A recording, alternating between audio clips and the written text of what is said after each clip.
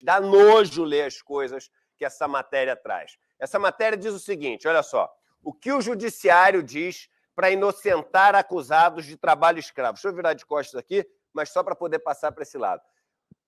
A gente ouviu outro dia aqui, do presidente do Tribunal Superior do Trabalho, do TST, uma informação chocante, uma informação bárbara, que é o seguinte, não existe no Brasil hoje ninguém, absolutamente ninguém, cumprindo pena por submeter trabalhadores a um regime análogo à escravidão. Isso é absolutamente chocante. A gente está falando de uma coisa que assim, é uma tortura, é uma morte em vida, é um sequestro de todos os direitos, é um sequestro do tempo, é um sequestro da saúde de pessoas que literalmente vão morrendo pouco a pouco, até morrerem no trabalho, vários deles e delas.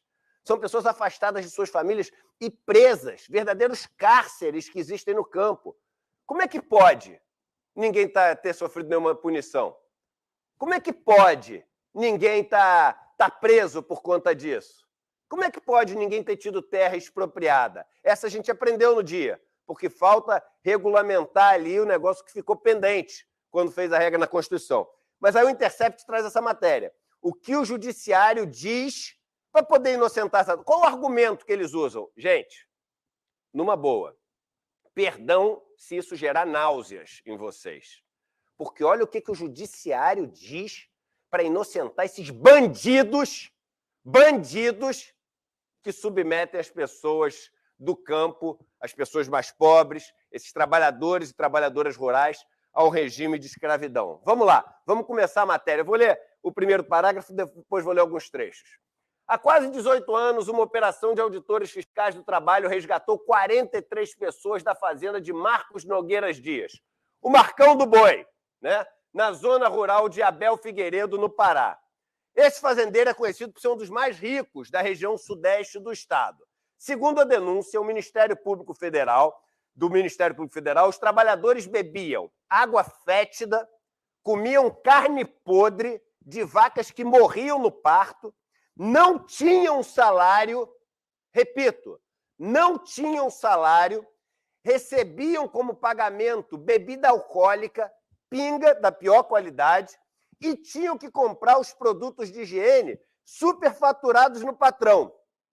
E eram submetidos a jornadas exaustivas em sol escaldante, inclusive nos feriados e finais de semana. Esse é o caso.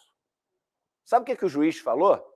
E aí eles começam a trazer vários casos, de vários juízes. Mas sabe o que o juiz falou? Põe na próxima página, por favor. Vamos lá. O que o juiz falou? O juiz que analisou esse caso. Se não tiver aqui, eu tenho aqui. Ó. Aqui, ó.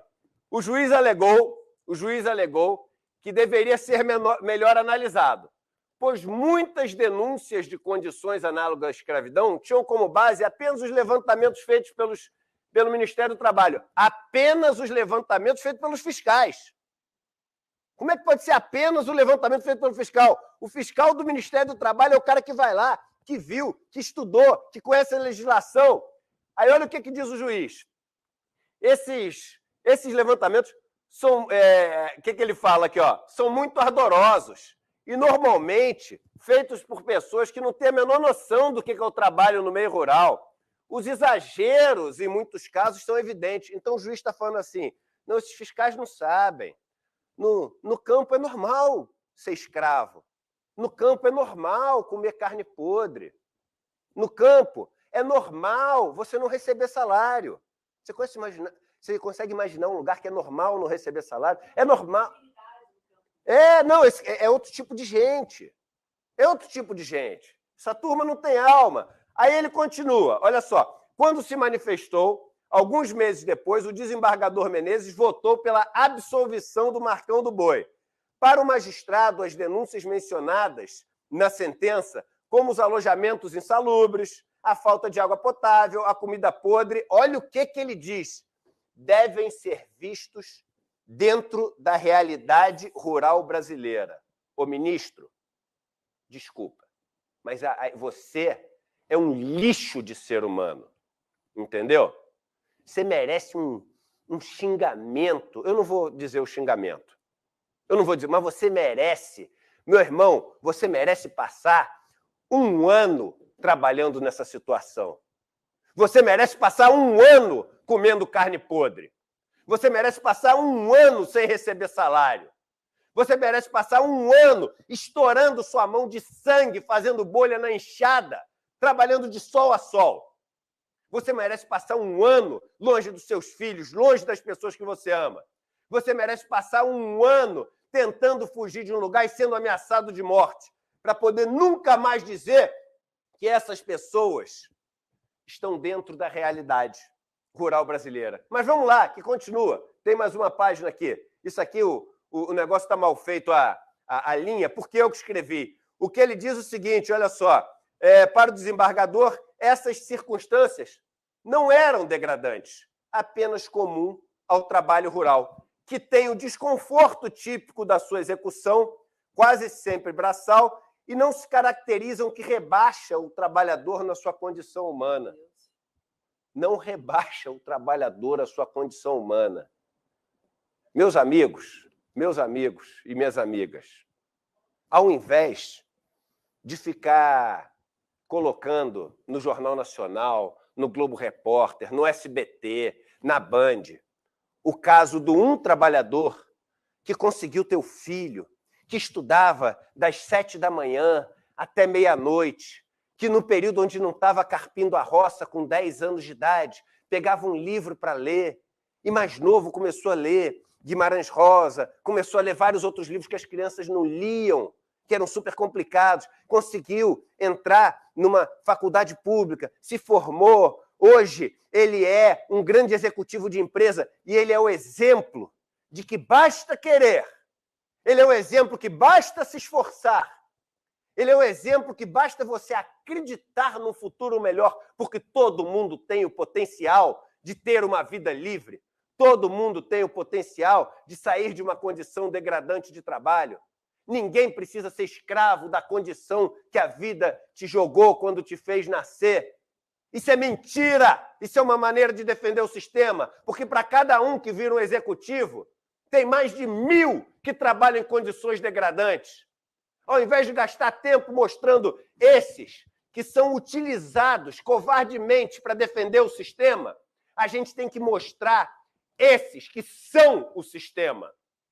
Esses que são mortos pelo sistema, esses que são destruídos pelo sistema e que são escondidos para não mostrarem de uma vez por todas que o nosso sistema ele é fétido, ele está putrefato, está podre. E é por isso que eu fico tão indignado aqui no nosso programa, quando eu falo que as políticas econômicas, quando eu falo que os projetos do governo, eles têm que ser, sim, radicais, revolucionários e urgentes, porque essa turma que vive nessa situação, ela não pode esperar. A turma que vive nessa situação, ela não tem como acreditar que na projeção que a gente vai ter ao longo dos próximos anos, daqui a 10... É hoje! É hoje! E é por isso que a gente precisa de medidas que realmente não tenham medo de ser revolucionárias. E para a gente ter apoio popular para fazer isso, ao invés de mostrar a história do que conseguiu crescer e virar um opressor, a gente tem que mostrar a história dos milhões que hoje são oprimidos, são escravizados, são protegidos por poucos e são atacados por todos, como um desembargador como esse, que nos envergonha de pagar impostos para poder criar e manter e bancar pessoas assim. É isso que o ICL Notícias vai mostrar. Aquilo que os outros não mostram. E mostrar que o Brasil não é país de meritocracia. Não é país que basta só sonhar. Não é país onde depende só de você. O Brasil é um país que está literalmente destruído do ponto de vista moral, do ponto de vista humano, etc. E para a gente resgatar, só sendo radical, só fazendo uma verdadeira revolução nesse país, que impeça que juiz como esses profiram sentenças como essas e pessoas como essas exerçam trabalhos como esses.